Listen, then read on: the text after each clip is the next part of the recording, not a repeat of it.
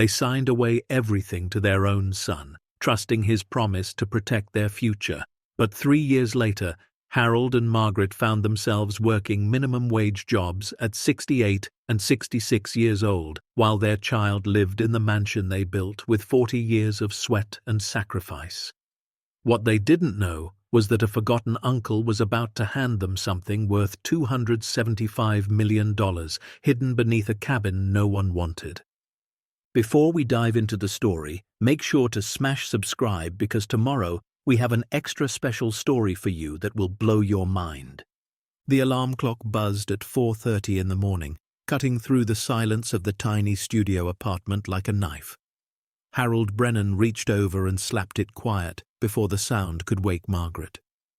His joints ached as he swung his legs over the side of the mattress they'd bought second-hand from a thrift store 3 months ago. 68 years old, and he was getting ready for a shift stocking shelves at a grocery store on the wrong side of town. He sat there in the dark for a moment, listening to his wife's breathing. Soft, steady, peaceful. She deserved better than this. She deserved so much better than this. The apartment was barely 400 square feet. One room that served as bedroom, living room, and dining room all at once. A kitchenette with 2 burners and a microwave that hummed too loud. A bathroom with tiles that had been cracked long before they moved in. The windows faced a brick wall so they never got real sunlight, just a grey kind of glow that made every day feel like November. Harold stood slowly, his back protesting every inch of the movement. He shuffled to the bathroom and closed the door as quietly as he could. The face staring back at him in the mirror looked older than 68. His hair had gone completely white in the last 3 years, deep lines carved across his forehead and around his eyes. He looked like a man who'd been hollowed out from the inside, and in a way he had been. He splashed cold water on his face, got dressed in his work uniform, a blue vest with a name tag that said Harold, and grabbed his thermos of instant coffee. Margaret had left a note on the counter the night before, written on the back of a grocery receipt. "Love you. Be safe. We'll get through this." He folded it carefully and put it in his pocket. He'd started keeping all her notes. They were small reminders that someone still believed in him, even when he didn't believe in himself anymore. The bus ride to work took 45 minutes. Harold sat in the back, watching the city wake up through fogged windows. He thought about the morning routine he used to have. Coffee on the porch of their house, Margaret beside him with the newspaper, the sun coming up over the hills, painting everything gold, the smell of fresh-cut grass and the sound of sprinklers clicking in the distance. They'd owned that house. Paid it off in 1998. 3 bedrooms, 2 baths, a garage where he kept his tools. A backyard where they'd hosted birthday parties and barbecues for 30 years. It was modest, sure, but it was theirs. Now it belonged to someone else. Now it belonged to their son. Harold's jaw tightened. He forced himself to breathe slowly, to let the anger pass. Anger didn't help. Anger just made the pain last longer. By the time he got to the store, the sky was just starting to lighten. He clocked in, grabbed a box cutter, and headed to the back to start unloading trucks. The work was physical, repetitive, numbing, which was exactly what he needed. 8 hours of lifting boxes, stocking cans, organizing shelves. 8 hours where he didn't have to think about what his life had become. Margaret woke up 2 hours later. She lay in bed for a moment, staring at the water stain on the ceiling that looked like a bird in flight. She used to love mornings, used to wake up excited about the day ahead. Now she woke up with a weight in her chest that never fully went away. She got up slowly, made herself a cup of tea, and sat at the small folding table they used for meals. Her shift at the diner didn't start until 11, so she had time. Time to sit. Time to remember. Time to regret. On the table sat a framed photo, one of the few things they'd managed to keep. It was from 2008, taken at the hardware store they'd owned for 42 years, Brennan's Hardware. Harold stood behind the counter, arm around her shoulders, both of them smiling. The store was packed with customers. The shelves were full. The sign above the door gleamed in the sunlight. They'd built that business from nothing. Harold's father had left him $3,000 when he passed in 1976. They'd used every penny of it as a down payment on a tiny storefront on Main Street. Margaret had been pregnant with Richard at the time. They worked 18-hour days, 7 days a week. She'd taken orders while bouncing a baby on her hip. Harold had learned plumbing, electrical, carpentry, anything customers needed help with. Slowly, painfully, beautifully, the business grew. They hired employees, expanded the storefront, bought the building outright in 1989. By 2000, Brennan's Hardware was the heart of their small town. People didn't just come for supplies, they came for advice, for conversation, for the sense of community Harold and Margaret had built bolt by bolt.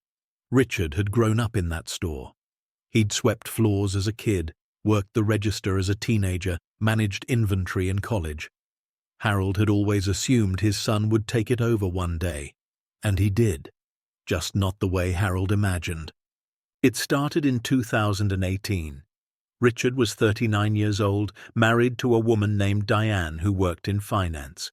They had a big house, new cars, expensive taste, and they had plans. Richard came to them one evening in the fall, sat them down in the living room with spreadsheets and presentations printed out on glossy paper. "Mom, Dad," he'd said, voice smooth and confident, "I've been looking at the business. You're doing great, but you're leaving money on the table. If you modernize, expand online, streamline operations, you could triple your revenue." Harold had frowned. "We're doing fine, son. Store's paid off. We've got savings. We're thinking about retiring in a few years." "Exactly," Richard said, leaning forward. "Which is why now is the time to act. Let me manage the finances. Diane's firm can handle the investments. We'll set up a trust, protect your assets, maximize returns. You've worked your whole lives. You deserve to retire rich, not just comfortable." Margaret had hesitated. "Richard, we don't need to be rich. We just need enough."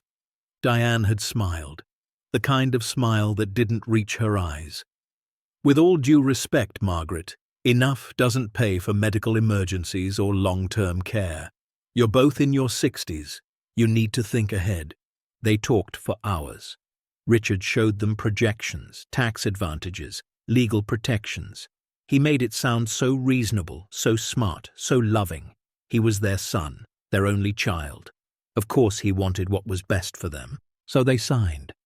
They signed the papers that transferred ownership of the business into a family trust managed by Richard. They signed the documents that gave him power of attorney over their financial accounts. They signed their house over to him for estate planning purposes. They signed everything he put in front of them because he looked them in the eyes and said, "I promise I'm going to take care of you." The first year was fine. The store kept running. They still showed up every day. Money still came in. Richard sent them monthly statements that looked official and complicated. He assured them everything was growing, compounding, being invested wisely. Then in 2019, Richard announced he was selling the store. Harold's heart had stopped. "Selling? What do you mean selling? We didn't agree to that." "Dad, the trust gives me the authority to make financial decisions. A big chain offered $2.3 million. That's way more than the store's worth. We'd be stupid to pass it up." "But that store is our life," Margaret had whispered. "Was your life," Diane corrected. "Now it's your retirement fund." They sold it in March of 2020. Harold and Margaret watched strangers walk through the aisles, taking measurements, making plans. The new owners gutted it, turned it into a franchise that looked like every other hardware store in America. The sign came down. The Brennan name disappeared. Richard promised the money was safe, invested, earning interest. Then the calls stopped. At first, it was just delayed responses. Then it was excuses. Then it was silence. Harold tried calling every day. The number was disconnected. He drove to Richard's house. The gates were locked. He sent emails. They bounced back. By August of 2020, they realized the truth. The business was gone, the money was gone, the house was gone, and their son was gone. Harold hired a lawyer with the last of their savings. The lawyer looked over the paperwork and delivered the devastating news. Everything was legal. Every signature was valid. Richard had full control, and he'd used it. He'd sold the business, liquidated their accounts, and kept it all. Technically, the house was his. Technically, they had no legal claim to anything. "You could sue," the lawyer said, "but it would take years, cost a fortune, and you'd probably lose." He covered his tracks well. Margaret had broken down in the lawyer's office, 63 years old, and she'd sobbed like a child. Harold had held her, his own tears falling silent and bitter. They'd spent 42 years building something, and their son had dismantled it in 18 months. The eviction notice came in October of 2020. Richard wanted them out of his house. They had 30 days. They packed what they could fit in their old sedan. Clothes, photos, a few kitchen items. Everything else stayed behind. Furniture they'd saved for, books they'd collected. The garden Margaret had tended for 30 years. All of it abandoned. They moved into a motel first. Then a weekly rental. Then this studio apartment in a building that smelled like mildew and fried food. Harold found work at the grocery store. Margaret got a job waiting tables at a diner where the cook yelled and the customers tipped poorly. They survived, barely. And every single day, Harold woke up with the same thought. I failed. I failed to protect her. I failed to see it coming. I failed as a father and a husband. Margaret's tea had gone cold. She poured it out and got ready for work. She put on her uniform, a black polo and khaki pants that made her feel invisible. She looked at herself in the mirror and barely recognized the woman staring back. Her hair had gone grey. Her face was drawn. Her eyes looked tired in a way that sleep couldn't fix. At the diner, she smiled at customers, took orders, refilled coffee. Nobody asked how she was doing. Nobody saw her. She was just the old lady who brought the eggs. During her break, she sat in the back alley on an overturned crate and allowed herself 5 minutes to cry. Just 5.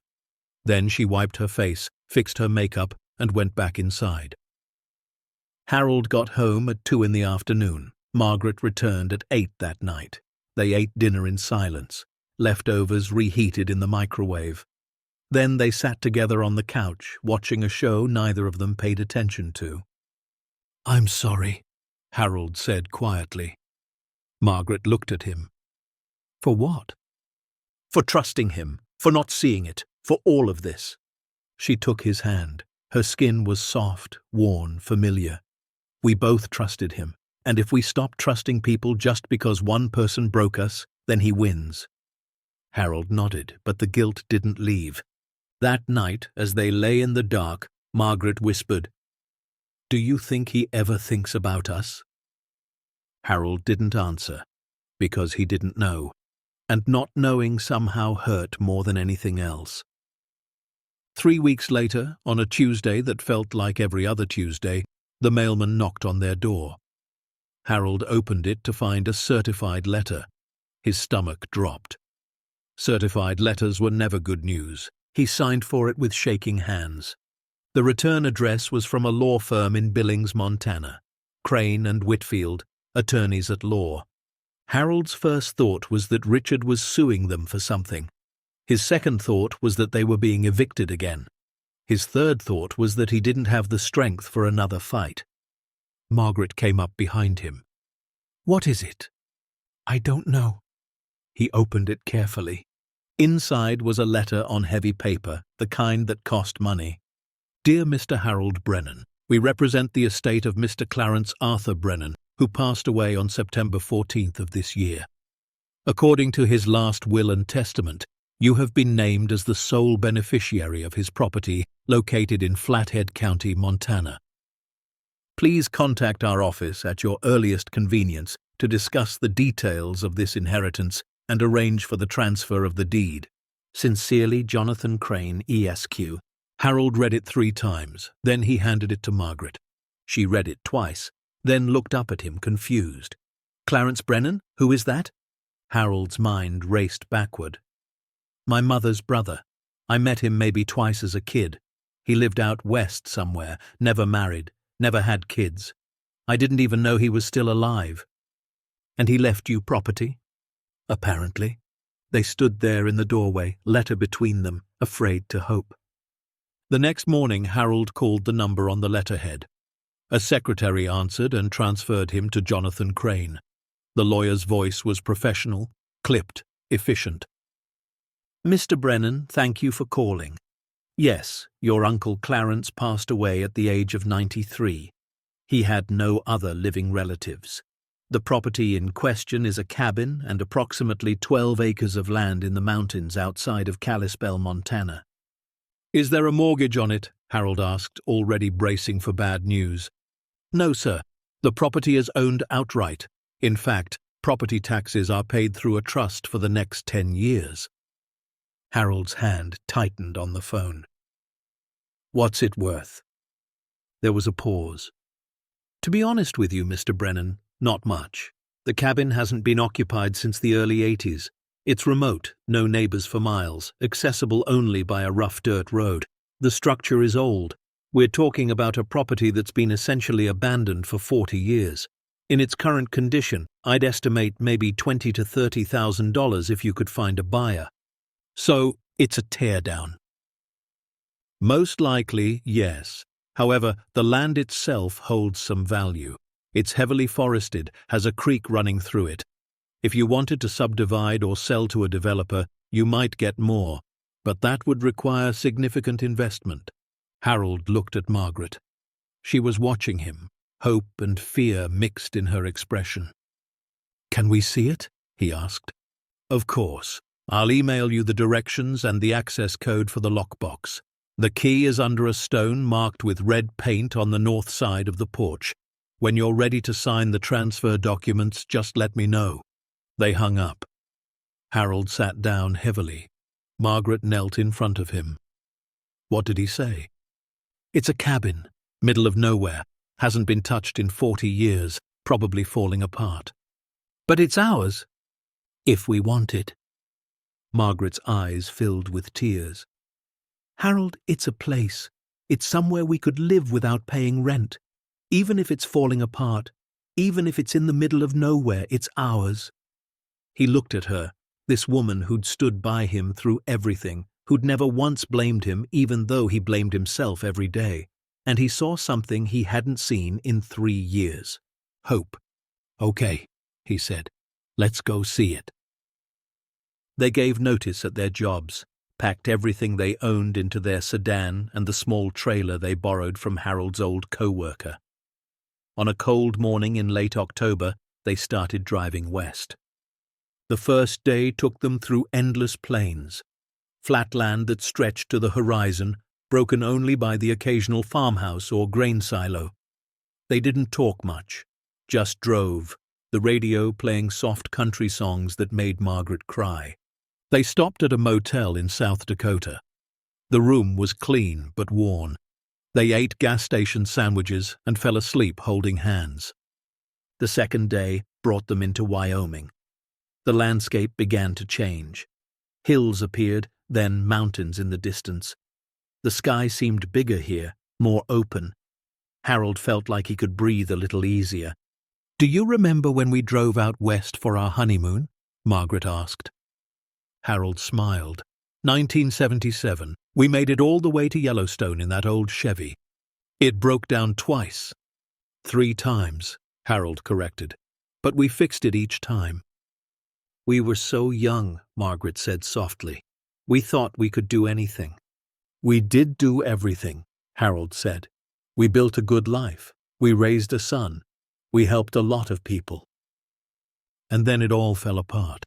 Harold reached over and took her hand. No, he took things from us, money, property, time, but he didn't take us. We're still here, still together. Margaret squeezed his hand and didn't let go for the next 100 miles. They crossed into Montana on the 3rd day. The mountains rose up around them like giants. Snow already dusted the peaks. The air smelled like pine and autumn and possibility. They stopped for gas in Kalispell, a small mountain town with a main street that reminded Harold of home, of the town where they'd built their store. He felt a pang of loss so sharp it took his breath. Margaret noticed. "You okay?" "Yeah," he lied. "Just tired." They bought coffee and a map. The lawyer's directions took them north on Highway 93, then east on a series of smaller roads that got progressively rougher. Paved turned to gravel, gravel turned to dirt. Dirt turned to two ruts cutting through dense forest. "Are you sure we're going the right way?" Margaret asked, gripping the door handle as the car bounced over rocks. Harold checked the directions again. "This is it, another 2 miles." The forest was thick on both sides, towering pines that blocked out most of the light, undergrowth so dense you couldn't see 10 feet into the woods. It felt ancient, untouched, like they'd driven backward in time. Then the trees opened up slightly, and there it was. The cabin sat in a clearing that had been slowly reclaimed by nature.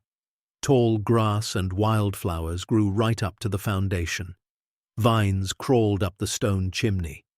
The roof sagged in the middle. Several windows were broken, dark holes that looked like missing teeth. The porch leaned to one side, the railing half collapsed. The whole structure was made of dark wood and river stone, built in a style from another era. It looked like something that had been waiting a very long time for someone to remember it existed.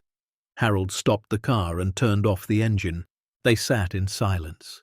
Margaret's voice was small. "Oh, Harold." He couldn't tell if she was horrified or heartbroken or both. "It's worse than I thought," he admitted. "Maybe the inside is better." They both knew that was unlikely. Harold opened his door and stepped out. The mountain air was cold and thin.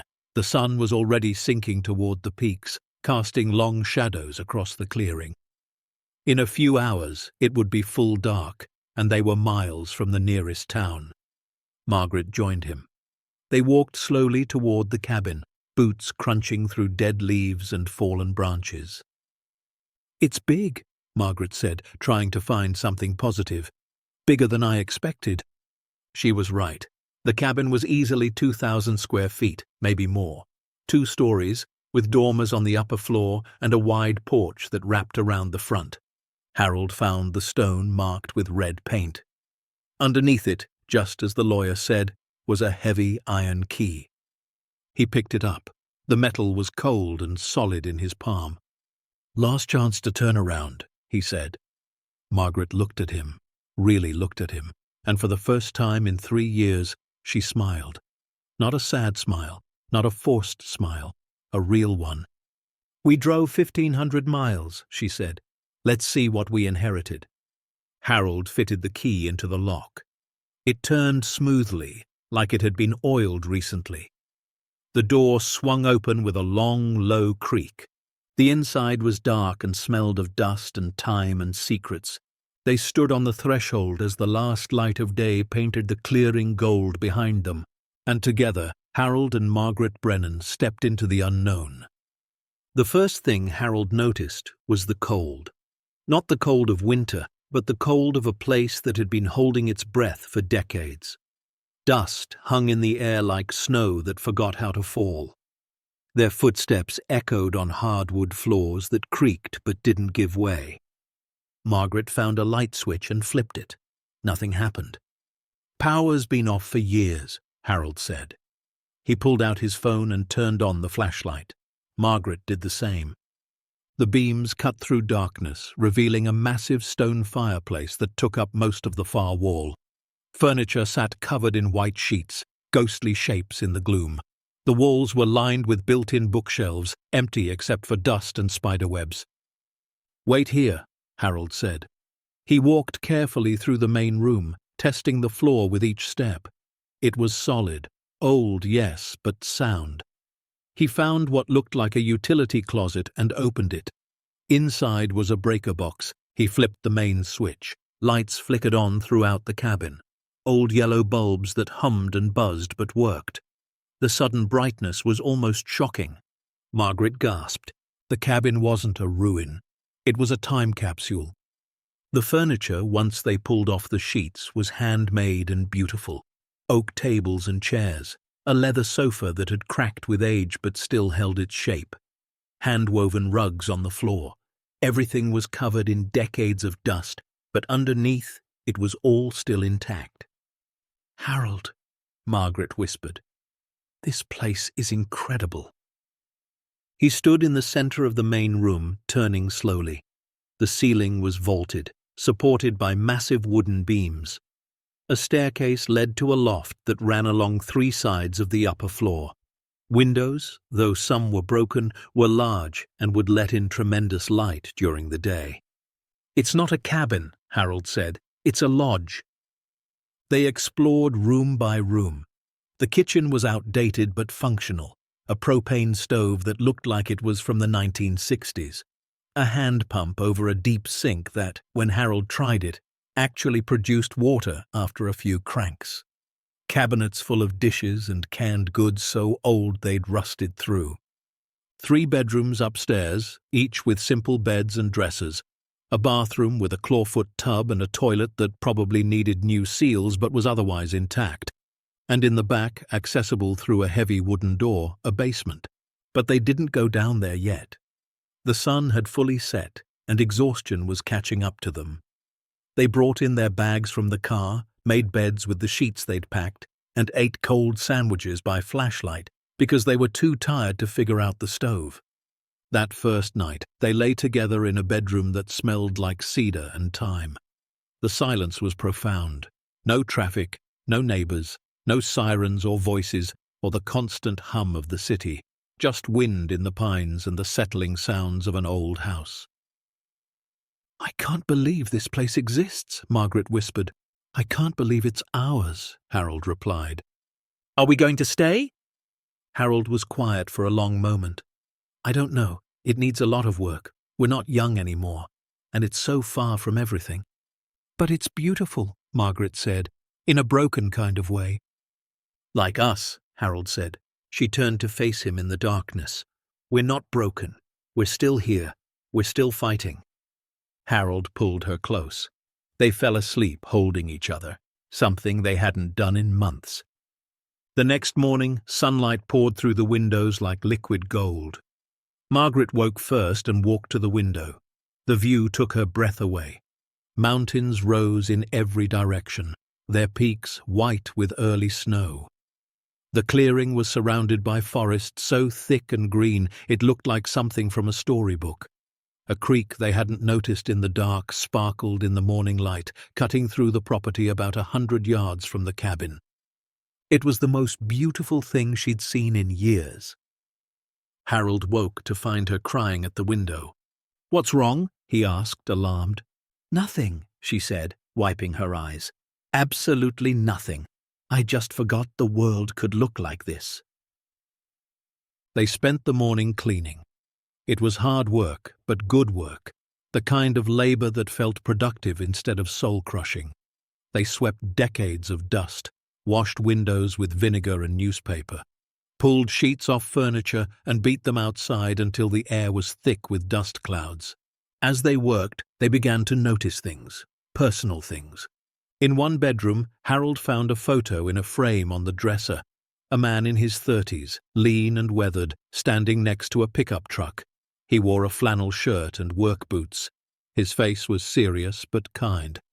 "That must be Uncle Clarence," Harold said. Margaret came to look. "You have his eyes." Harold studied the photo. He barely remembered the man. Clarence had visited maybe twice when Harold was a child. He remembered a quiet man who smelled like pine sap and coffee, a man who brought rocks as gifts and talked about mountains like they were old friends. In the closet, they found more clothes, work shirts, heavy jackets, boots that had seen serious miles, and boxes. Dozens of boxes stacked neatly on shelves. Harold pulled one down. Inside were journals, leather-bound notebooks filled with handwriting so small and precise it looked like typeface. He opened one at random. The date at the top read April 7th, 1963. Located another quartz deposit today northwest of the property. Samples indicate possible gold traces. Will return with proper equipment next week. Weather turning cold again. Margaret would hate this place. Too isolated, too harsh. But I find peace here that I never found in the world below. Harold stopped. Margaret, listen to this.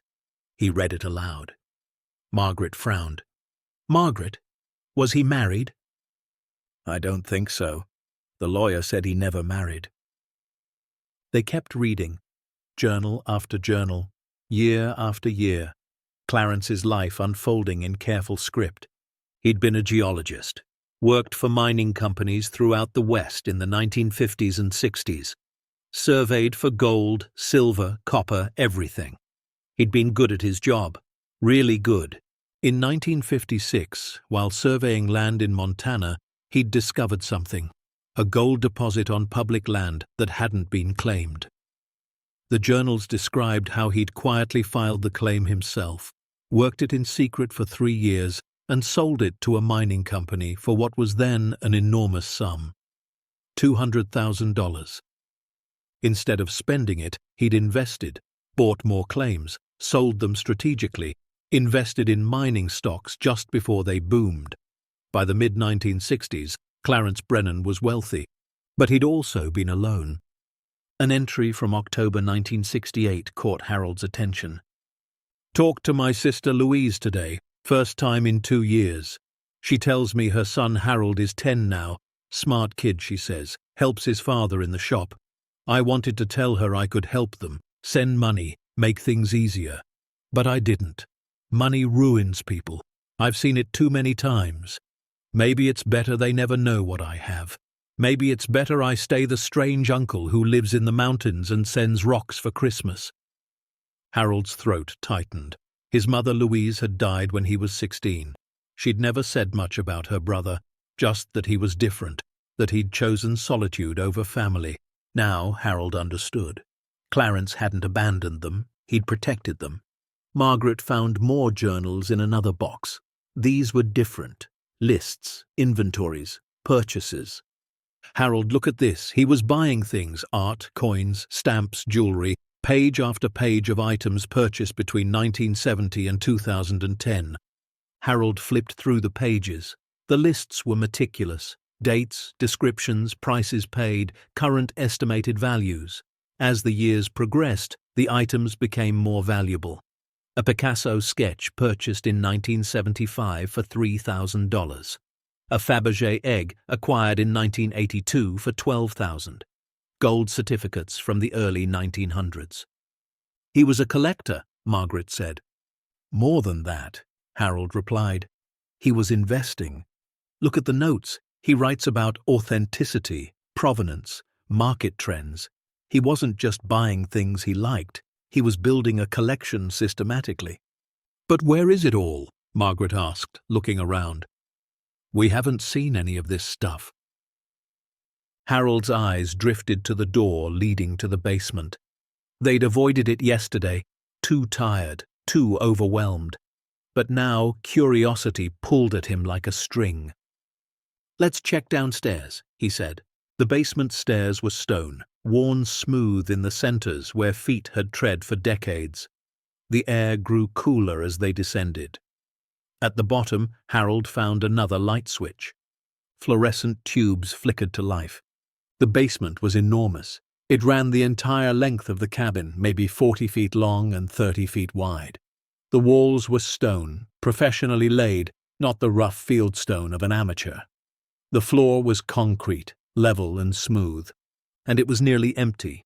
Old tools hung on pegboards. A workbench sat against one wall, boxes of nails and screws, a few pieces of lumber, standard basement stuff. Margaret walked the perimeter slowly. This doesn't make sense. Why is this space so big and so empty? Harold was thinking the same thing.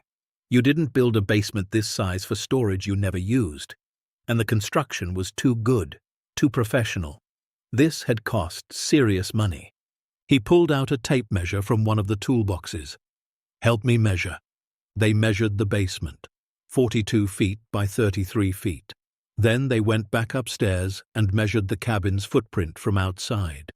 Harold did the math twice. "The basement is bigger than the cabin," he said quietly. Margaret stared at him. "That's impossible." "Not impossible. It extends beyond the foundation, underground." They looked at each other. Harold's heart was pounding. He went back to the basement, Margaret right behind him. This time they looked at the walls differently. Not as walls, but as barriers, hiding something. The north wall was the most interesting.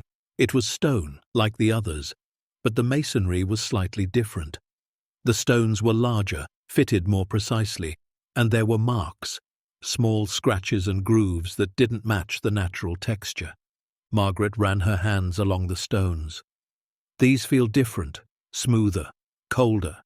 Harold pressed his palm flat against the wall. There was something behind it. He could feel it, a space, an emptiness. They searched for an hour, pressing stones, looking for seams, checking the floor for hinges or tracks. Nothing. Harold sat down on the workbench, frustrated. "There's something here. I know it, but I can't figure out how to access it." Margaret stood staring at the wall. Her eyes traced the pattern of stones. Then she noticed something. One stone, about waist height, had a small circular mark carved into it, barely visible. Just a shallow groove in the shape of a circle with a line through it. "Harold, what does this symbol mean?" He came to look. "I don't know. Looks almost like a keyhole, but not quite." Margaret touched it. The stone moved, just slightly, maybe a quarter inch. She pushed harder. The stone slid backward into the wall with a grinding sound. Behind it was a lever. They both froze. "Do we pull it?" Margaret whispered. Harold's hands were shaking. Whatever was behind this wall, Clarence had gone to enormous effort to hide it, to protect it. The question was why. He thought about the journals, about Clarence's wealth, about his secrecy, about the careful lists of valuable items purchased over 50 years. "Yes," Harold said, "we pull it." Margaret put her hand on the lever. Harold put his hand over hers. Together they pulled. The sound was like rocks grinding against metal. Deep, low, mechanical. The entire north wall shuddered. Then, impossibly, a section of the wall began to move. It wasn't a door, it was the wall itself, a 10-foot-wide section of stone mounted on hidden tracks, sliding sideways into a recess. Behind it was darkness, and a staircase, stone steps descending into blackness so complete it seemed to swallow their flashlight beams. Cool air rushed up from below, not musty or damp, clean, filtered, moving. "What the hell did he build down there?" Margaret breathed. Harold stepped toward the opening. His light caught something metal about 20 feet down. Pipes, conduits, electrical lines, all modern, all professionally installed. What happens next will turn this inheritance upside down, reveal a fortune hidden for decades, and remind us why sometimes the greatest treasures are the ones no one was meant to find. Stay tuned to see what happens next. If you're enjoying the story, please like, share, and subscribe for more. Harold descended first, one careful step at a time. The stairs were solid, carved from stone, with a metal handrail bolted into the wall. This wasn't amateur work. This was professional construction. Expensive construction. After 30 steps, they reached the bottom. Harold swept his flashlight across the space and his breath caught. They were standing in a vault. Not a basement, not a storage room, a vault. The space was massive, at least 60 feet long and 40 feet wide. The walls were reinforced concrete, smooth and painted white. The ceiling was supported by steel beams. Track lighting ran in neat rows, currently dark. Harold found a panel near the entrance. He opened it. Inside was a modern electrical system, circuit breakers, switches, and a digital display that read, "Geothermal system active. Temperature 58 degrees. Humidity 45%. "It's climate-controlled," Harold said, his voice echoing slightly. "This whole space is environmentally controlled. Margaret was already moving deeper into the vault. Her footsteps echoed on polished concrete. Her light found something along the left wall. Metal boxes, dozens of them, built into the wall like safety deposit boxes at a bank. Each one about 2 feet wide, 1 foot tall, each with a small lock and a number plate. "Harold," she called. "There must be 50 of these." He joined her. The boxes ran the entire length of the wall, 60 feet of storage. He tried one, locked, tried another, also locked. Then he noticed a key cabinet near the entrance. Small brass keys hung on numbered hooks. He grabbed key number 1 and brought it back. The lock turned smoothly. The box slid open on precision bearings. Inside were stacks of paper. Harold pulled one out. It was a bearer bond, issued by the United States government in 1948. Face value, $10,000. He pulled out another bond, and another, and another. The entire box was filled with them. "Margaret, these are bearer bonds. They're worth whatever the face value says, and they're as good as cash." She was already opening another box. This one was filled with gold certificates. Old paper currency backed by gold, issued before the US went off the gold standard. Each certificate represented gold stored by the government, and each one was worth far more than its face value to collectors. Box after box revealed the same.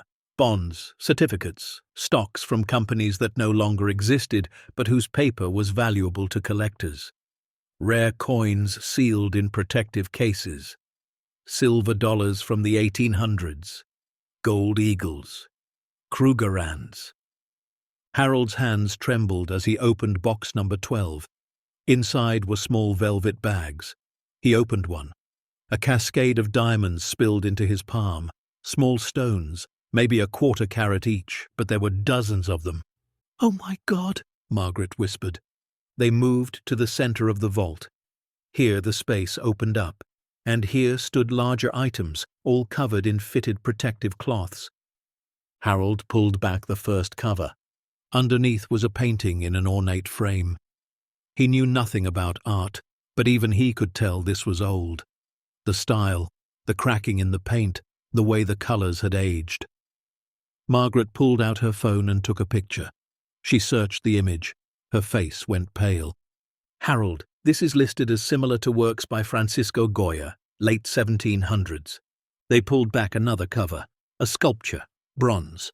A figure of a dancer, delicate and perfect.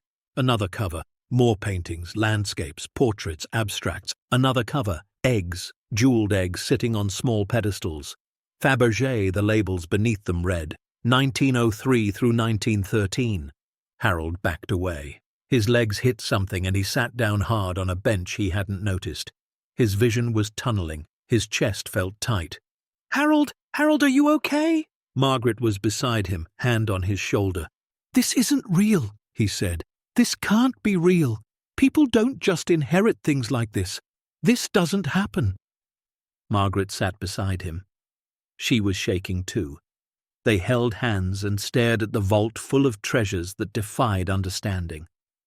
After a few minutes, Harold stood. He forced himself to breathe slowly, to think clearly. "There has to be an inventory," he said. "Clarence documented everything. There has to be a list somewhere." They found it at a desk tucked into the far corner of the vault, an oak desk with a leather chair. On top sat a leather binder, thick and heavy. Harold opened it. The first page was typed on old paper, probably from the 1990s. Inventory and Final Instructions. Clarence Arthur Brennan. Compiled January 1995. Updated September 2015. Harold turned the page. "To whoever reads this, if you found this vault, then I have died and you are my heir. Most likely that's my nephew Harold, Louise's boy. I never knew you well, Harold, but your mother spoke of you often in the years before she passed.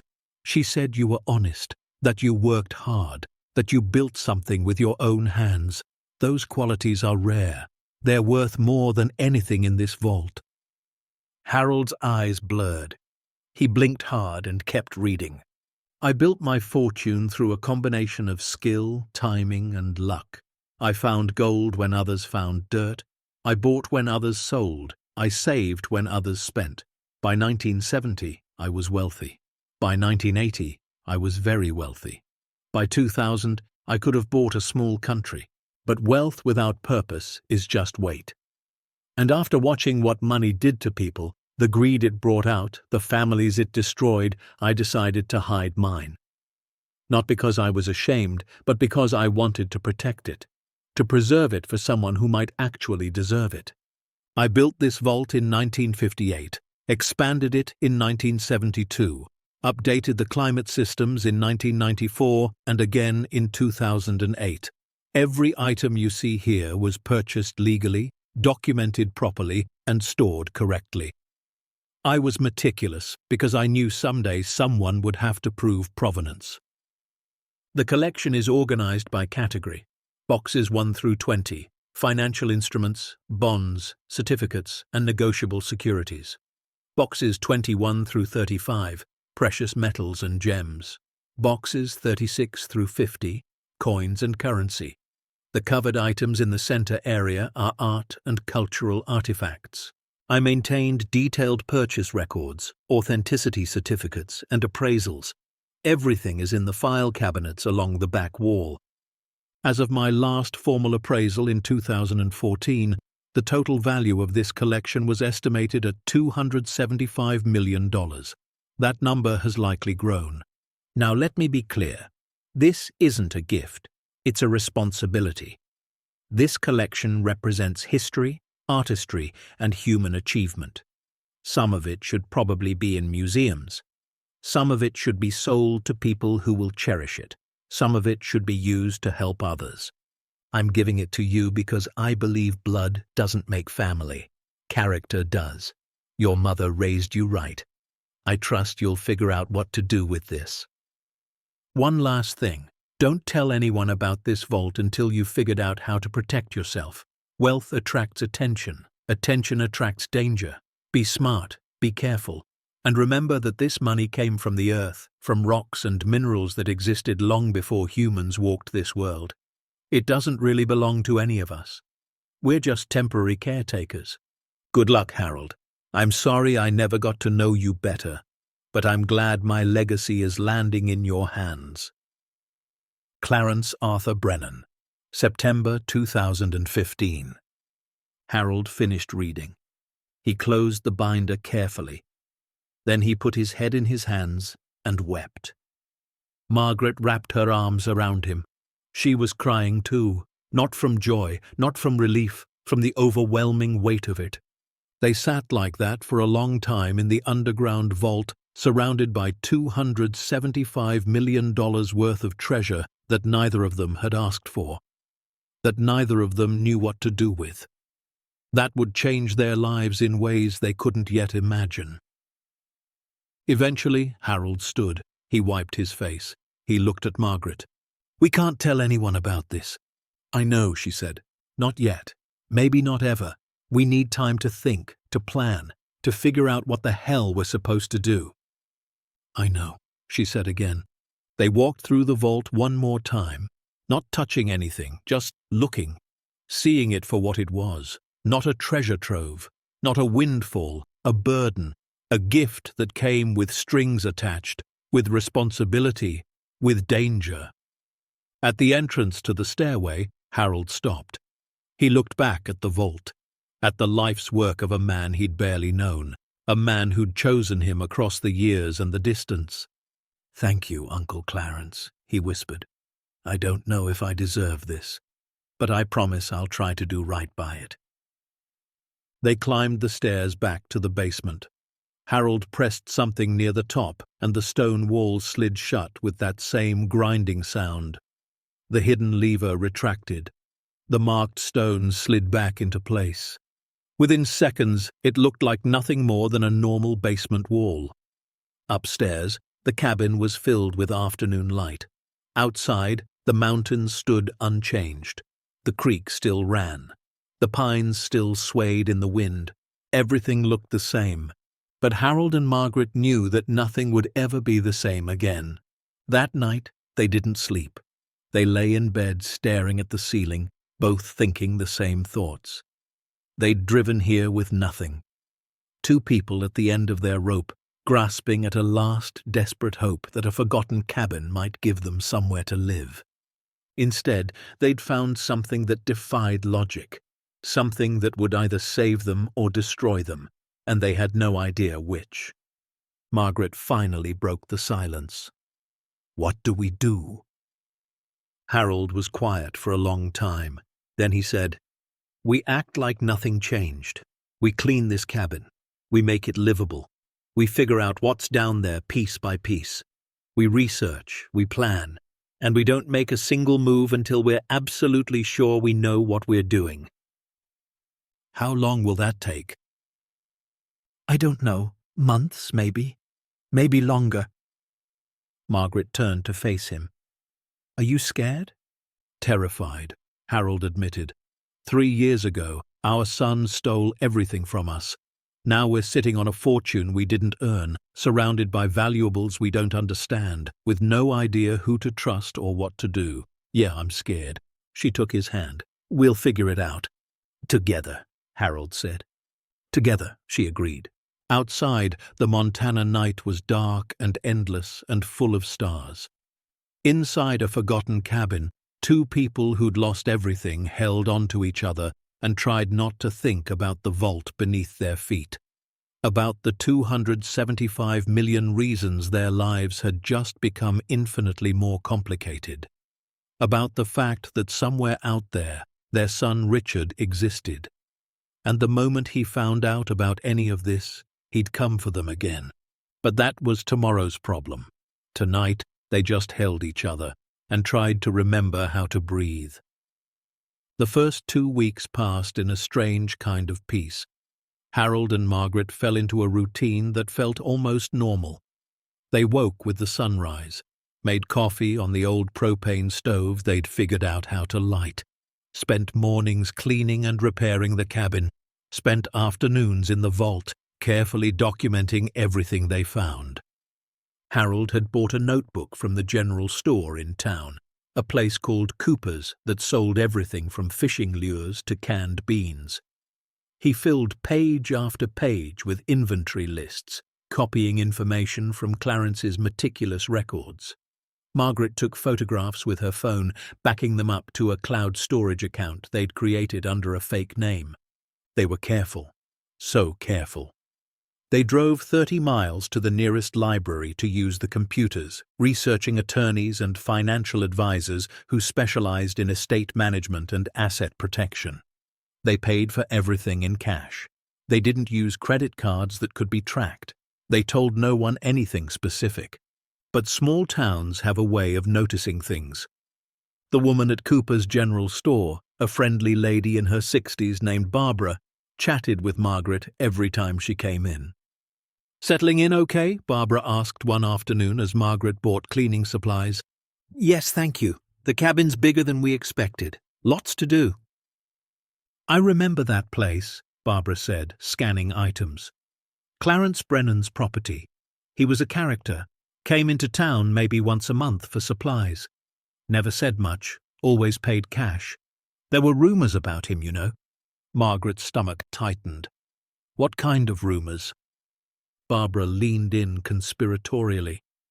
"That he struck it rich in the gold rush days, that he had money hidden away, but I think people just like to gossip about hermits." She laughed. "I'm sure it's nothing. That'll be $42.50. Margaret paid and left quickly, but the damage was done. That night, she told Harold what Barbara had said. "People already suspected Clarence had money," Margaret said. "What if they start watching us? What if they notice we're spending time in the basement?" Harold set down the journal he'd been reading. "We need to be more careful, and we need to move faster. We can't stay in limbo forever." "What do you mean?" "I mean we need legal protection. We need to establish ownership of everything in that vault before someone questions it. We need lawyers, accountants, security. We need a plan." Margaret nodded. "Tomorrow, we drive to Kalispell. Find someone we can trust." But trust, they were about to learn, was a luxury they could no longer afford. The phone rang at 7:15 the next morning. They'd had a landline installed the previous week, mainly for emergencies. The cabin was too remote for reliable cell service. Harold answered. "Hello?" Silence. Then a voice he hadn't heard in 3 years. "Dad!" Harold's blood turned to ice. "Richard." Margaret's head snapped up from where she was making breakfast. Her face went white. "Yeah, it's me," Richard said. His voice was smooth, practiced. "Look, I know it's been a while. I know things ended badly between us, but I heard about Uncle Clarence passing. I wanted to reach out, see how you're doing." Harold's jaw clenched so tight his teeth hurt. "How did you get this number?" "I called the law office that handled the estate. They gave me the property address. Directory assistants gave me the phone number. It wasn't hard." "What do you want, Richard?" A pause. "I want to apologize. I want to make things right. Diane and I, we've been talking. We made mistakes. We hurt you and Mum, and we want to fix that." Harold almost laughed. "Almost. You stole everything from us. Our business, our money, our home. You left us with nothing. And now, 3 years later, you want to make things right." "I know I can't undo what happened," Richard said, "but I'm asking for a chance, one conversation. I'll fly out there, we can talk, maybe start to heal." "No. Dad, please." "No, Richard. You made your choice. You chose money over family. Now you live with that. Don't call here again." Harold hung up. His hands were shaking. Margaret came to him, wrapped her arms around him. They stood like that for a long moment. "He knows," Harold said quietly. "He knows we inherited something, and he's coming." "Maybe he won't," Margaret said, but her voice lacked conviction. "He will, because that's who he is. He smells money and he can't help himself." Harold was right. 3 days later, a rental car came up the dirt road. Harold saw it from the window and his stomach dropped. "Margaret, they're here!" She came to stand beside him. The car stopped in front of the cabin. Richard stepped out, wearing expensive jeans and a leather jacket. Diane followed, her high heels immediately sinking into the soft earth. And behind them, a third person, a man in a suit carrying a briefcase. Harold met them on the porch. He didn't invite them in. "I told you not to come," Harold said. Richard put on his most charming smile. "I know, but I needed to see you, to see that you're okay." His eyes scanned the cabin, calculating. "This place is bigger than I expected. Must be worth something." "It's none of your business what it's worth." Diane stepped forward. She'd always been the bold one. "Harold, be reasonable. We're family. Family should stick together, especially when there's an inheritance involved." "You gave up the right to call yourself family when you stole from us," Margaret said from the doorway. Her voice was steady, cold. Richard held up his hands. "We didn't steal anything.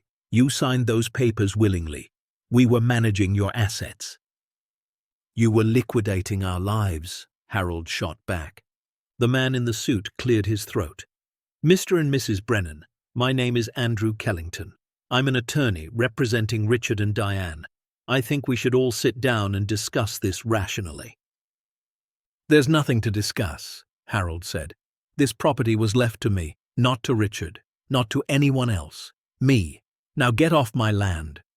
Richard's smile faded. "Dad, don't be stupid about this. Uncle Clarence left you property, probably some money.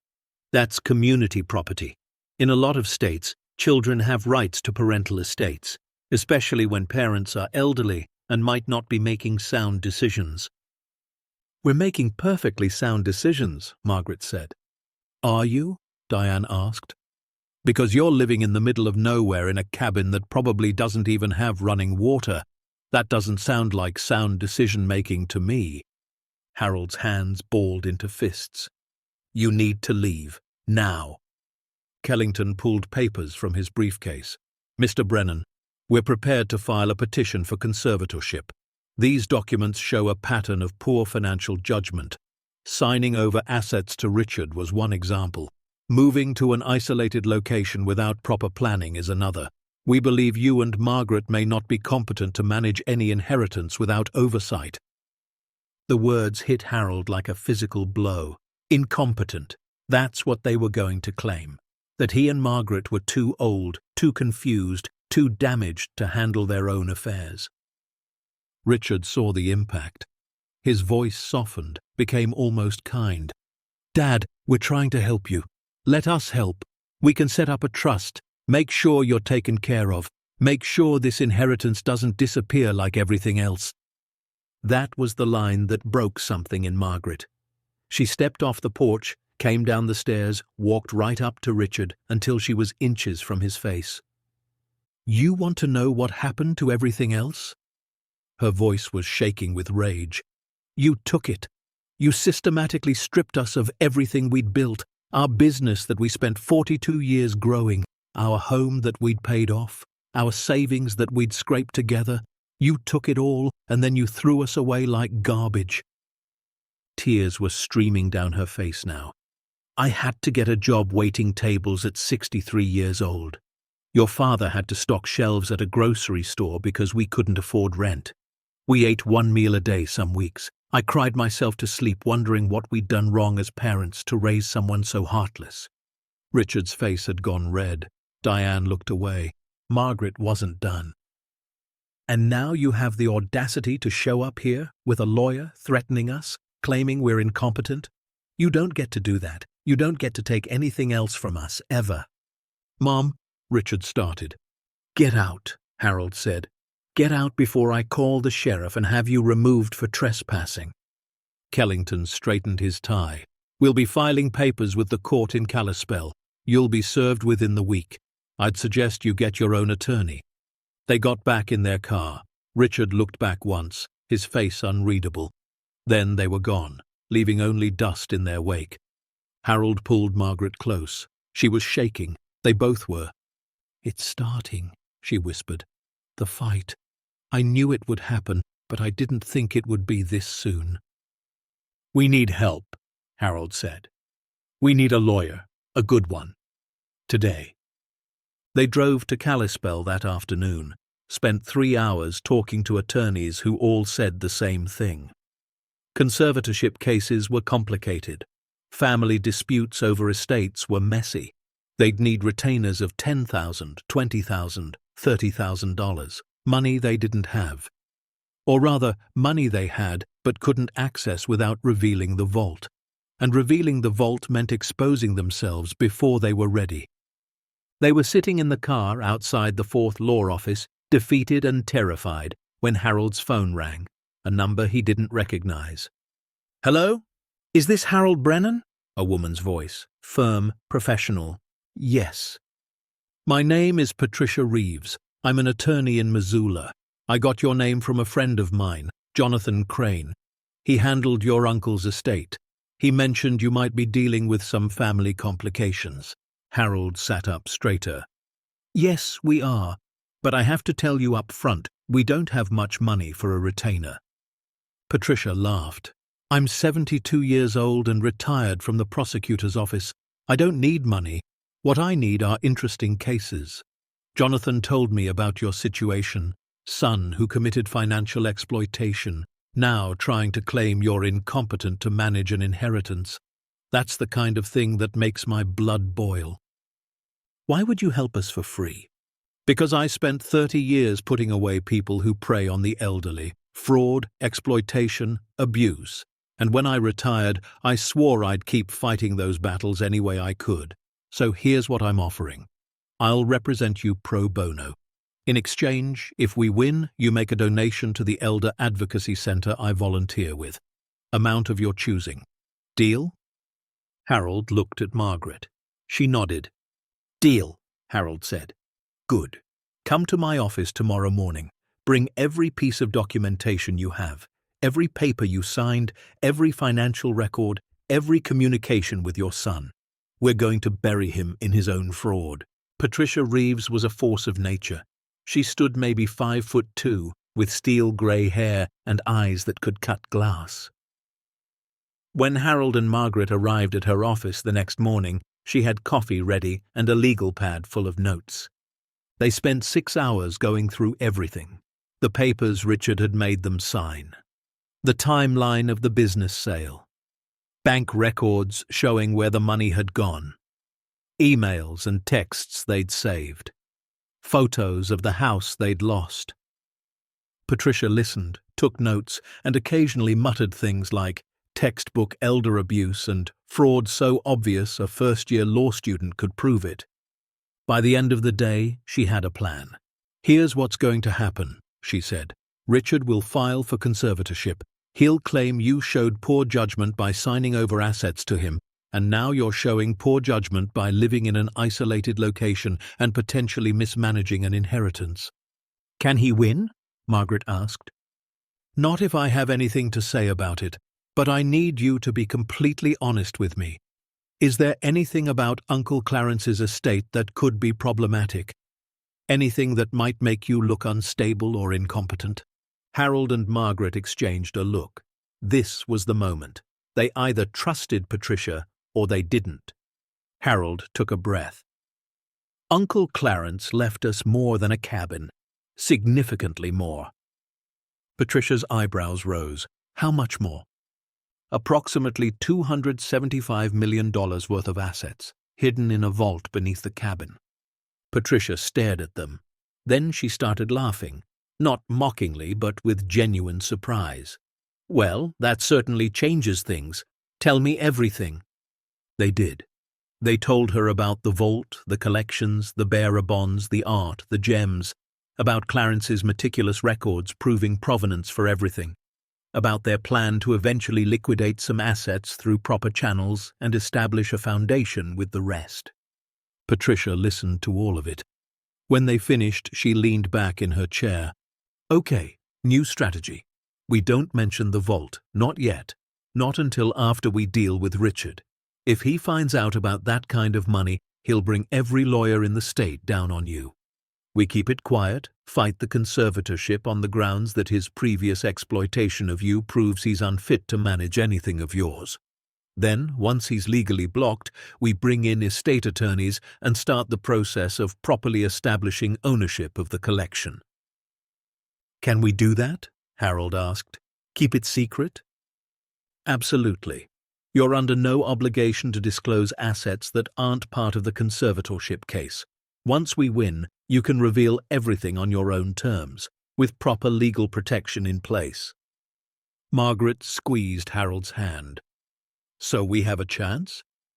Patricia smiled. "Honey, we have more than a chance. We have the truth on our side, and I've never lost a case where the truth was this clear." The next 2 months were brutal. Richard filed his petition. The local newspaper ran a story. Family dispute over elderly couple's inheritance. Suddenly, everyone in town had an opinion. Some people sided with Harold and Margaret. Others whispered that maybe Richard had a point. Maybe they weren't thinking clearly. Then Susan appeared.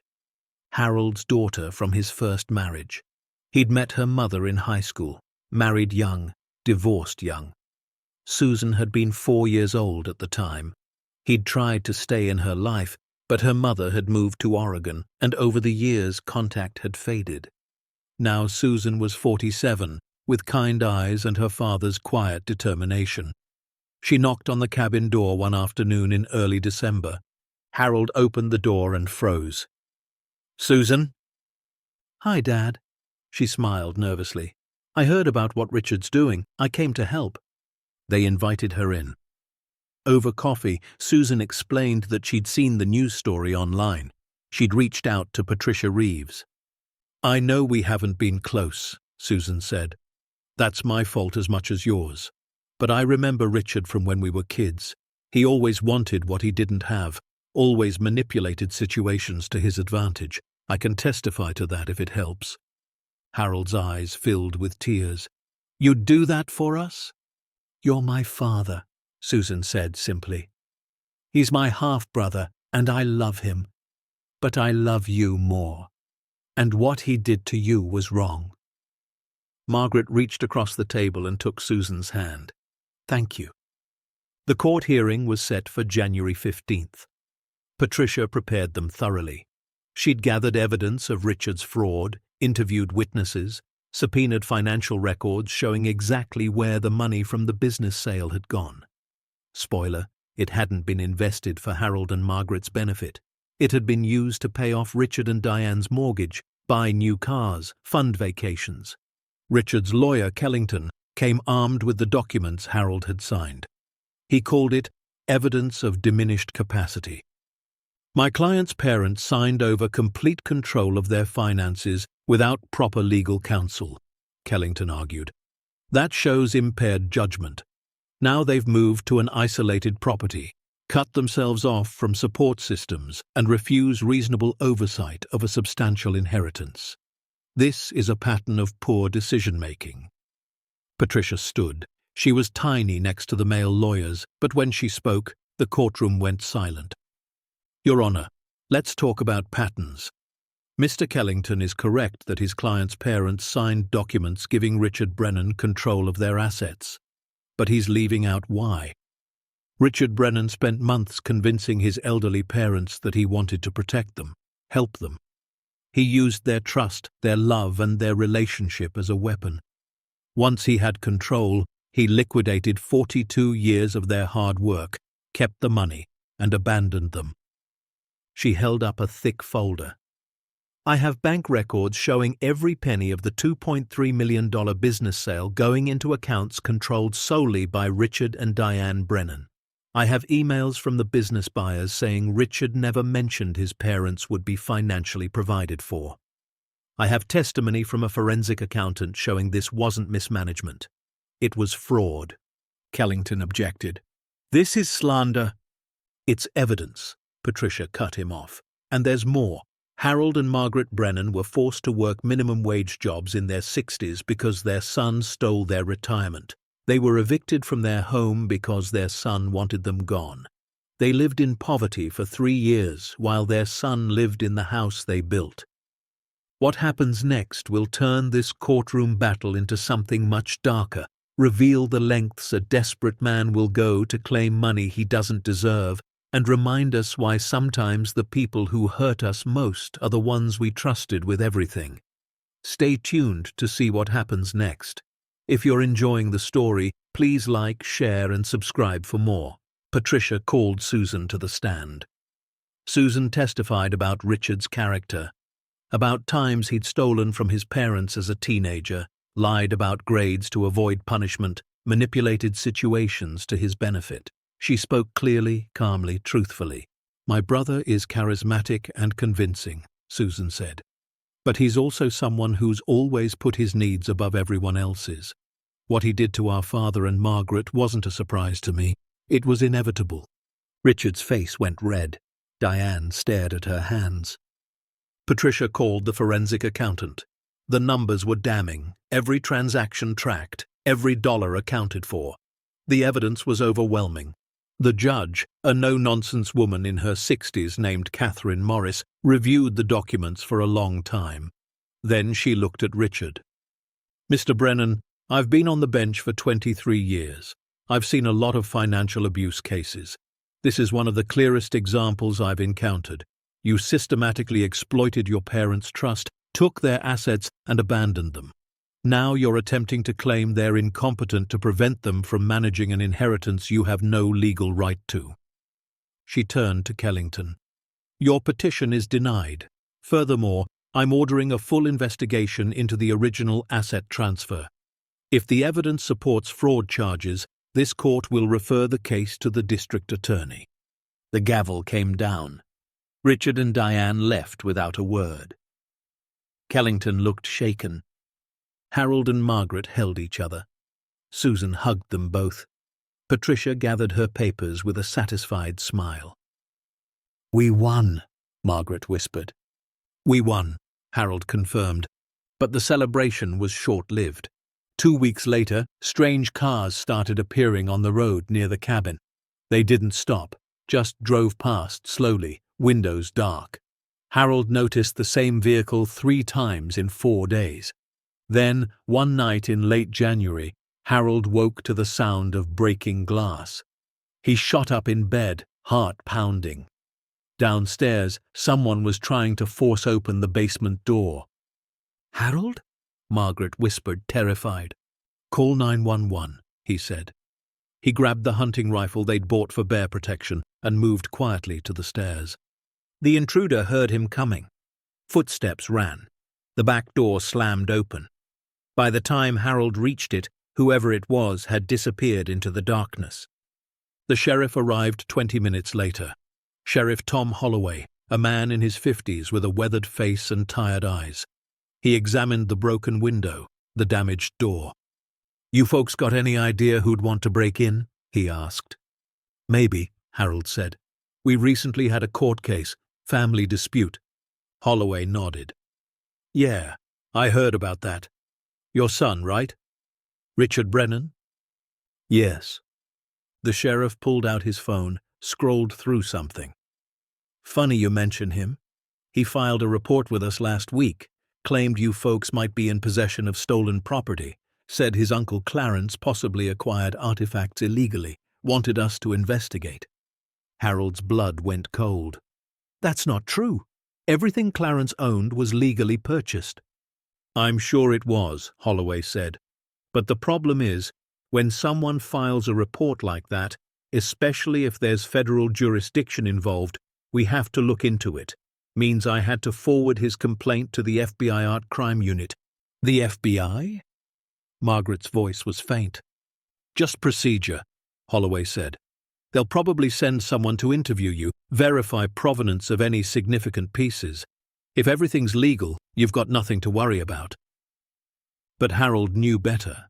They had everything to worry about. Because the moment federal agents started investigating, they'd discover the vault. And the vault meant questions. Lots of questions. The FBI agents arrived 3 days later.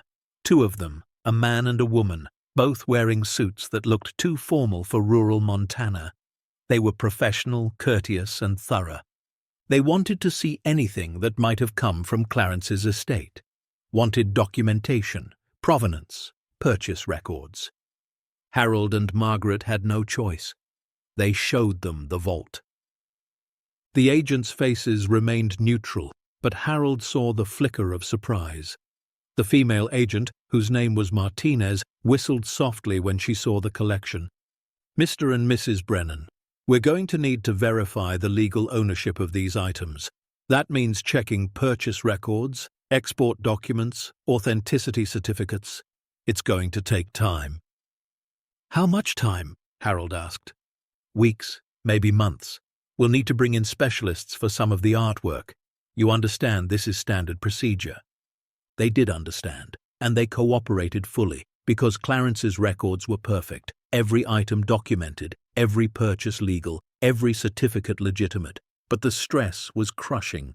Harold started having heart palpitations. Margaret couldn't sleep. They'd won in court only to face a new investigation, and through it all, they knew Richard was behind it, punishing them for winning, making their lives as difficult as possible.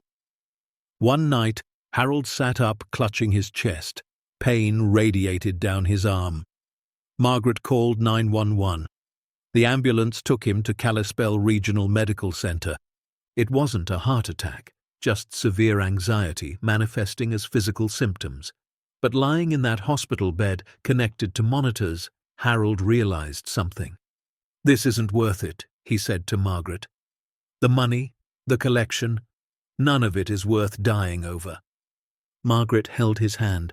"I know. Maybe we should just give it all away, donate it to museums, set up a foundation, get rid of it before it gets rid of us." "Is that what you want?" Margaret asked. Harold looked at her, really looked at her. She'd aged in the last few months. The stress had carved new lines in her face, but her eyes were still clear, still strong. "I want to stop running," he said.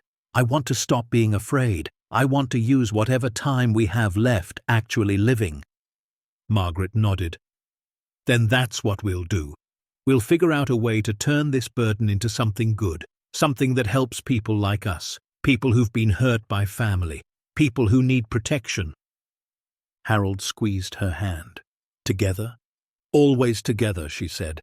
And in that hospital room, surrounded by the beeping of machines and the antiseptic smell of healing, Harold and Margaret made a decision. They weren't going to let Richard win by making them miserable. They weren't going to let fear control them. They were going to take the gift Clarence had given them and turn it into something meaningful. The FBI investigation concluded in March.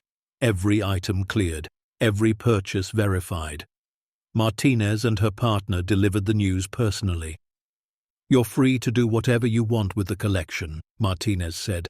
"It's yours, legally acquired, properly documented. I have to say, your uncle was one of the most meticulous collectors I've ever seen." After they left, Harold and Margaret stood in the vault for a long time, $275 million worth of treasure surrounding them, and all they felt was relief. "You know what we need to do now?" Harold said. "What?" "We need to call Patricia. Tell her it's time to go on the offensive.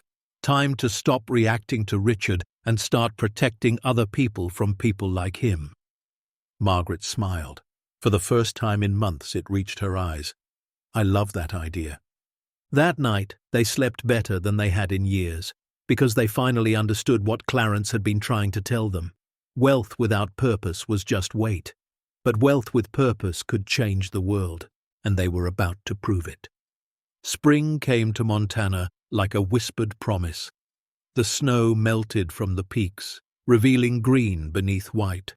The creek that ran through their property swelled with runoff, singing louder each day. And inside the cabin, Harold and Margaret Brennan began the work of transforming their burden into purpose. Patricia Reeves arrived on a bright April morning with two other attorneys, estate specialists from Seattle. They sat around the cabin's dining table, now refinished and gleaming, surrounded by documents and laptops. "Here's what I'm proposing," Patricia said. "We establish the Brennan Family Foundation as a non-profit organization. We liquidate approximately 80% of the collection through major auction houses. Sotheby's, Christie's, Heritage Auctions. We do it properly, publicly, with full documentation." "Won't that attract attention?" Margaret asked. "Yes," Patricia said, "but the right kind. You'll be seen as philanthropists, not hoarders, people who inherited wealth and chose to use it for good. That's a powerful narrative." One of the Seattle attorneys, a sharp woman named Rachel Kim, pulled up a spreadsheet.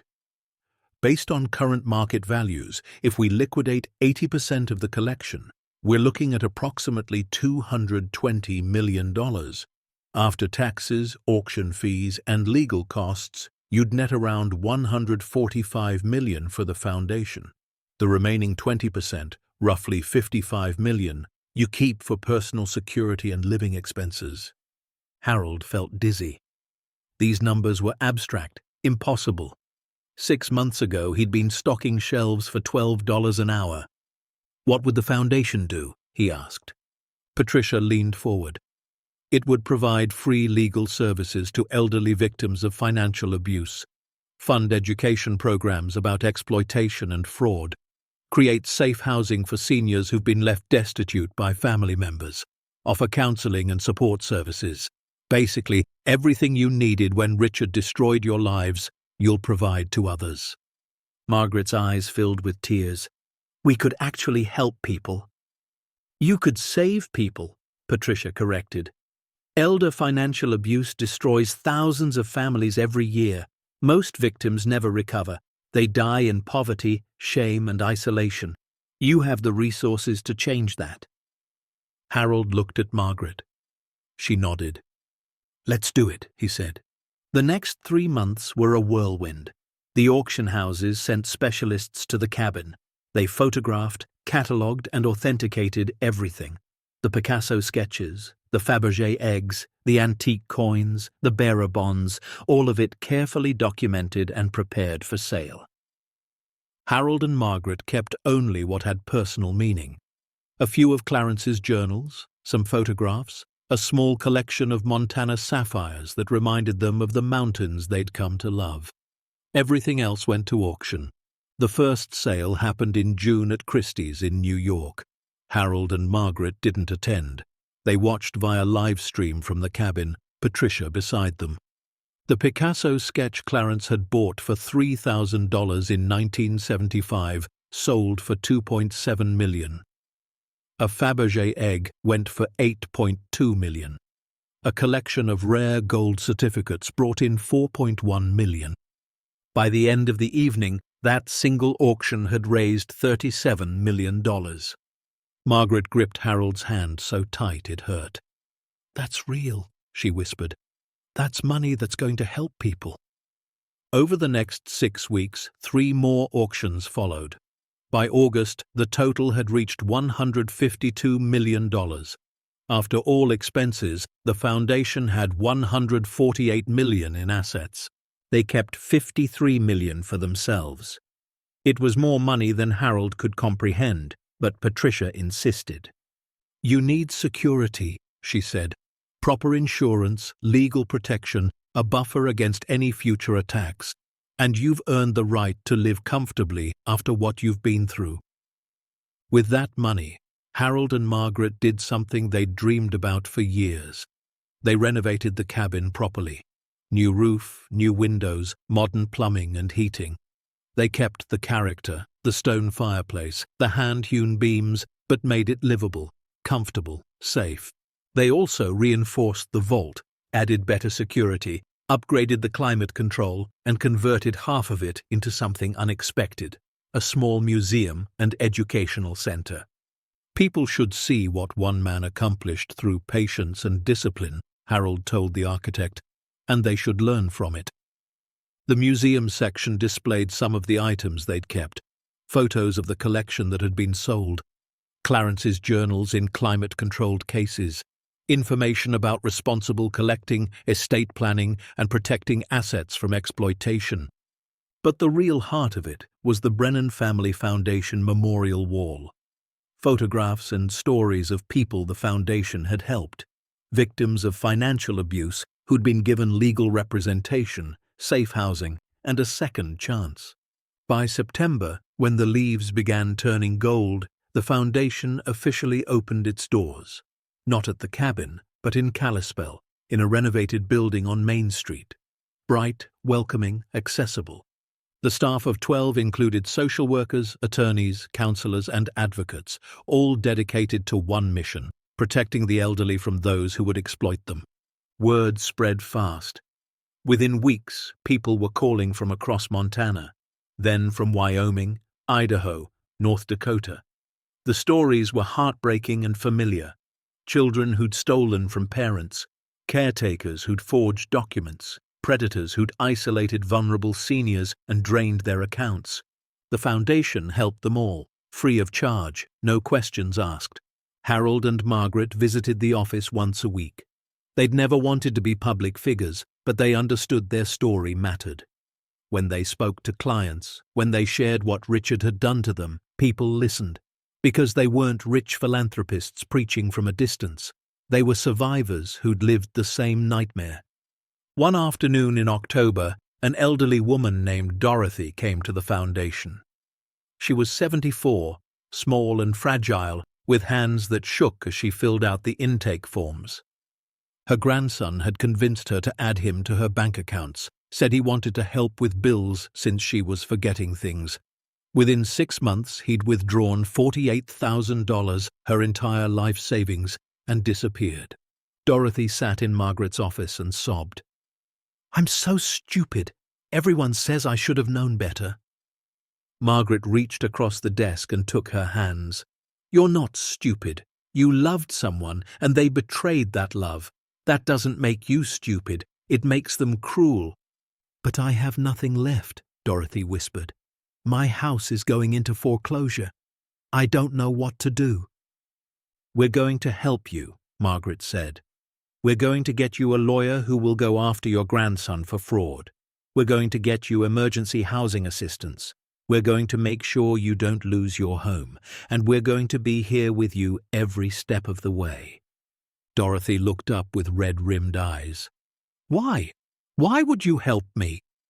"Because someone's son did the exact same thing to us," Harold said from the doorway, "and no one was there to help. So now we're here for you." By the end of the day, Dorothy had a legal team, a caseworker, and an emergency grant to catch up on her mortgage. 6 months later, her grandson was arrested and ordered to repay everything he'd stolen. Dorothy got her life back. She was one of hundreds. The foundation's work began attracting media attention. First local news, then state papers, then national outlets. The story was too compelling to ignore. Elderly couple inherits fortune from reclusive uncle, uses it to help other elderly victims of abuse. Journalists wanted interviews, photographers wanted pictures of the cabin and the vault-turned-museum. Documentary filmmakers wanted to tell their story. Harold and Margaret agreed to some of it. Not for fame, but because every story they shared educated someone. Every interview reached a potential victim who might recognize warning signs.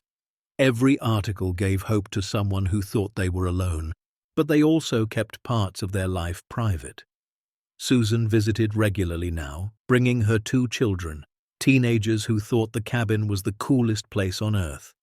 Harold taught his grandson how to fish in the creek. Margaret taught her granddaughter how to bake bread in the old propane oven. They were building something they'd lost 3 years ago. Family, real family. The kind based on choice and love, not obligation and blood. The foundation grew.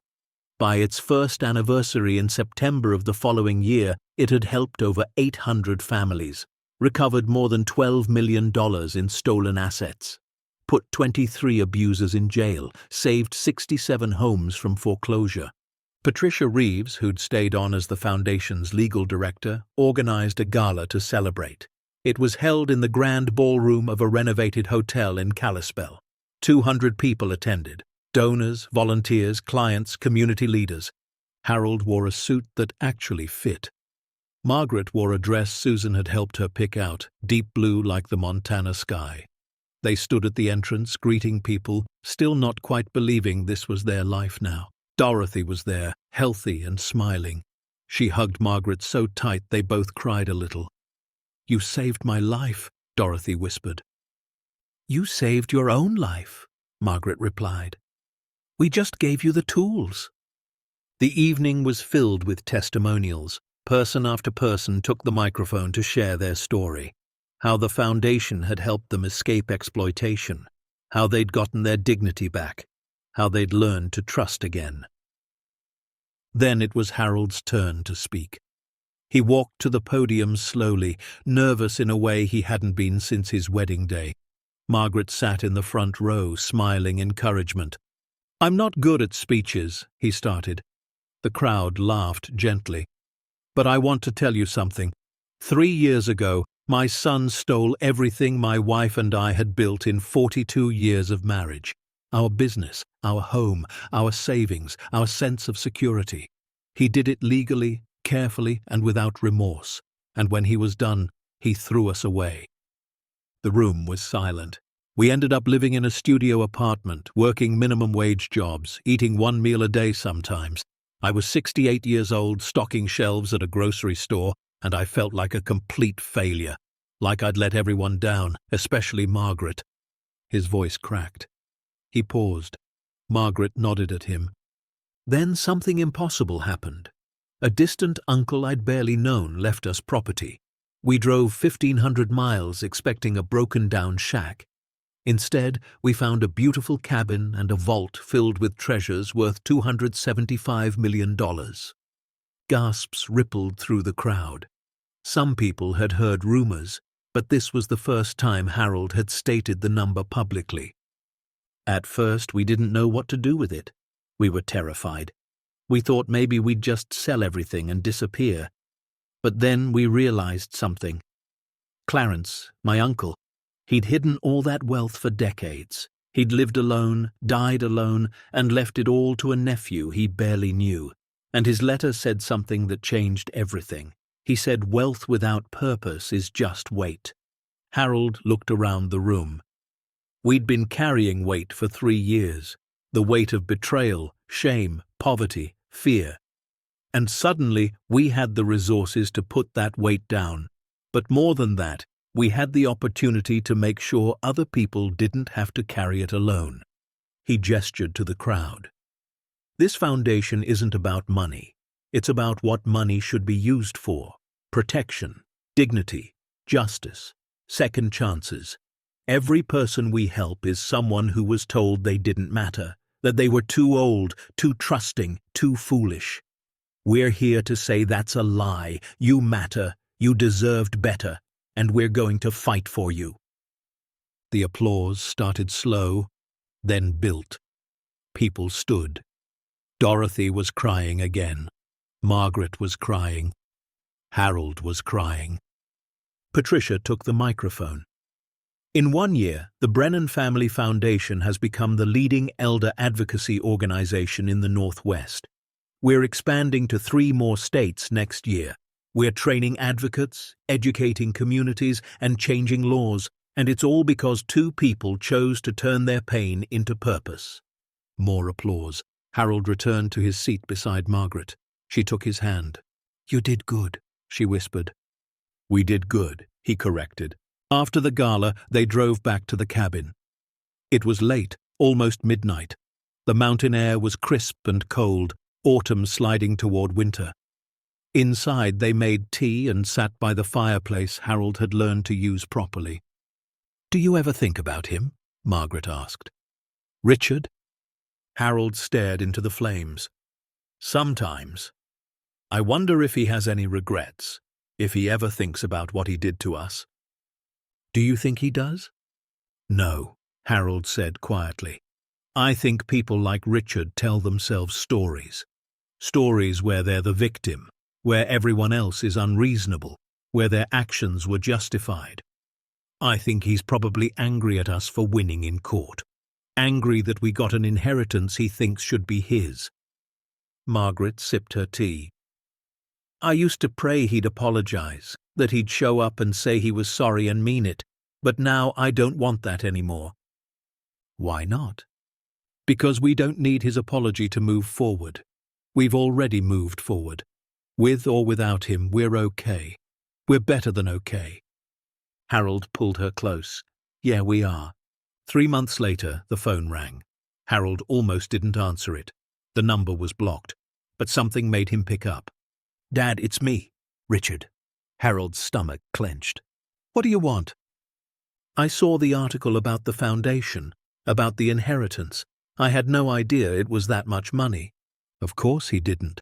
He'd assumed it was a modest amount, maybe a few $100,000, not life-changing wealth. "And?" Harold asked coldly. "And I wanted to reach out, to congratulate you. What you're doing with the foundation, it's really impressive, meaningful." Harold said nothing. "I've been thinking a lot," Richard continued, "about what happened between us, about the mistakes I made. Diane and I are actually in counseling now, working through some things, and part of that is making amends." "Amends," Harold repeated. "Yeah, I want to apologize for how things went down, for the pain I caused you and Mom. It wasn't right, and I'm sorry." The words sounded rehearsed, practiced, like Richard had written them down and was reading from a script. "Are you sorry you hurt us?" Harold asked. "Or are you sorry we have money you can't access?" Silence. "Dad, that's not fair." "Isn't it? You ignored us for 3 years. 3 years, Richard. We could have died in that time, and you wouldn't have known or cared. But now that there's money involved, suddenly you want to make amends." "I'm trying to do the right thing here," Richard said, irritation creeping into his voice. "The right thing," Harold said slowly, "would have been not stealing from us in the first place. The right thing would have been checking on us when you knew we were struggling. The right thing would have been any show of care or remorse before you found out about the inheritance." "So what? You're just going to hate me forever?" Harold was quiet for a long moment. "No, Richard, I don't hate you. I pity you, because you're so consumed by greed and entitlement that you can't see what you've lost. You had parents who loved you, who would have done anything for you. And you threw that away for money. Now you have the money, and you don't have us. And you'll never have us again." "Dad." "Here's what I want you to understand," Harold continued. "The foundation exists because of what you did to us. Every person we help, every family we save, that's your legacy, not the money you stole. The pain you caused led to something good, and you'll never be part of it. You're going to leave me out of everything, your own son? You're not my son, Harold said quietly. Sons don't betray their parents.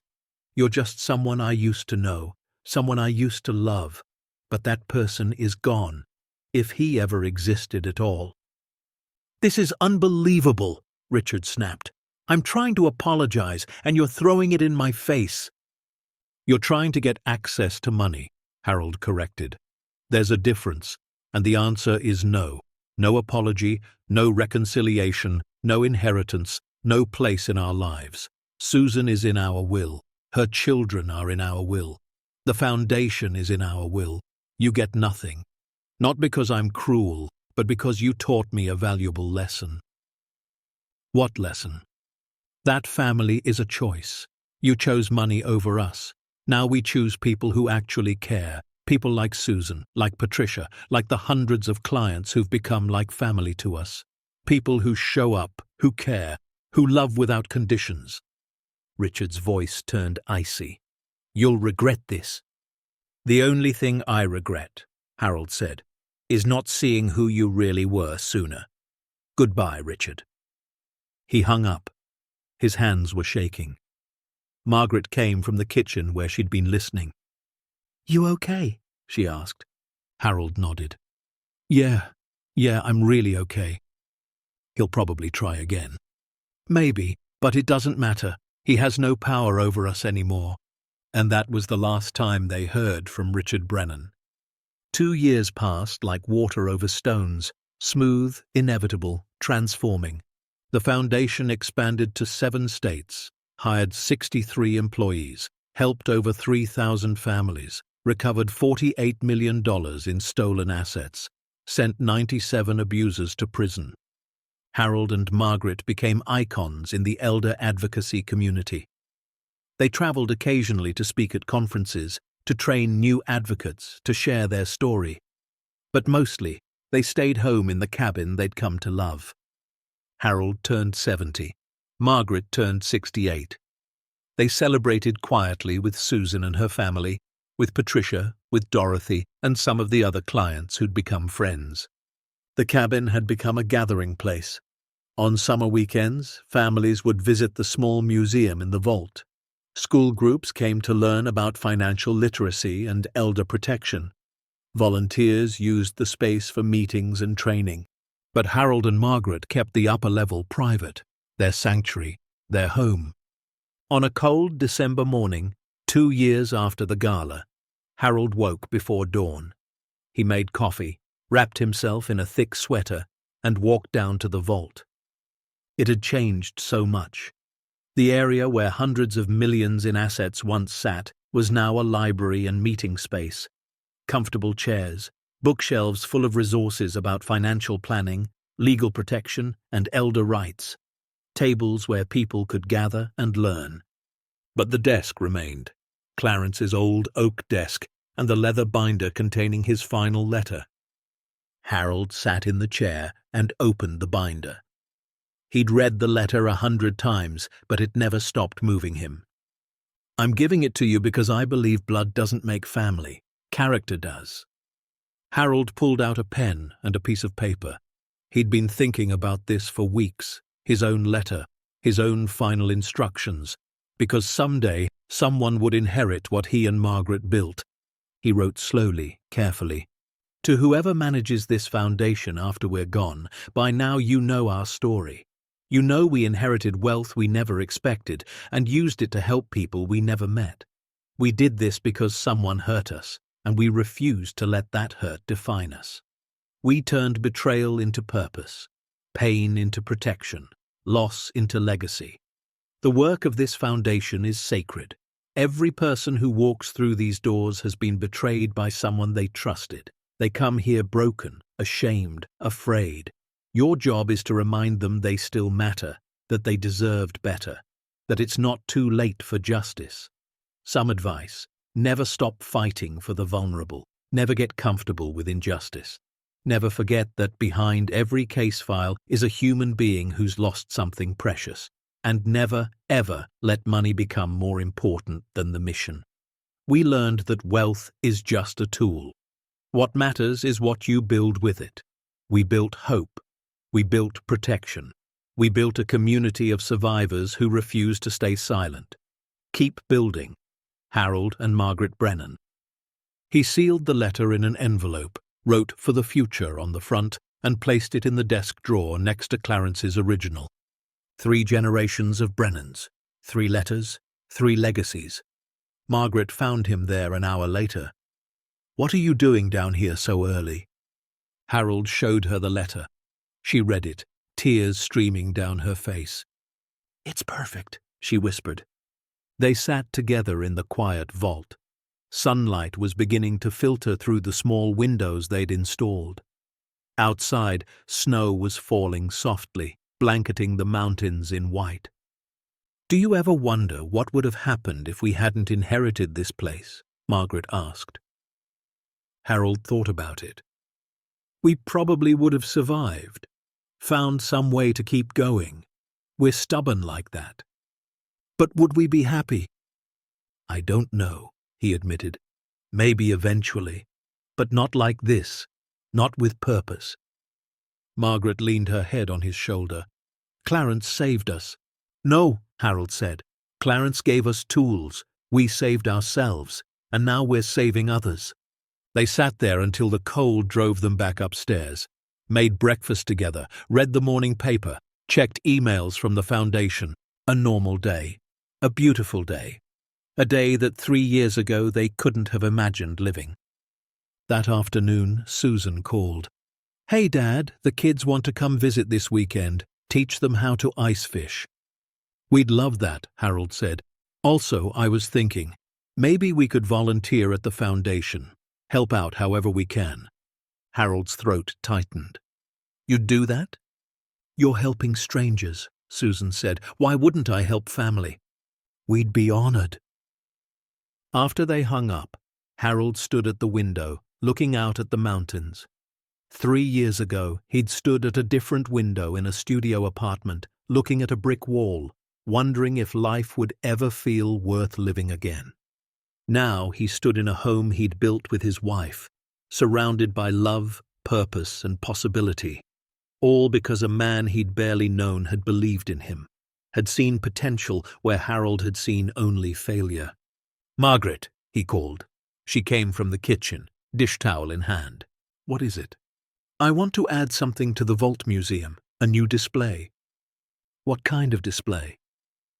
"Stories, not just from clients, but from anyone who's experienced betrayal and survived it. A space where people can share what they learned, how they healed, proof that the worst moments don't have to define us." Margaret smiled. "I love that. We'll call it the Phoenix Wall, because people rise from ashes." "When did you get so poetic?" she teased. "When I stopped being angry," he said simply. That evening, they video-called Patricia to tell her about the new exhibit idea. She loved it immediately. "We could make it interactive," she suggested. "Let people submit stories online, create a digital archive, show that this isn't just about money or legal battles. It's about the human capacity to overcome." Within a month, the Phoenix Wall was installed. Within 2 months, it was covered in stories, handwritten letters, typed testimonials, photos of survivors smiling after years of pain.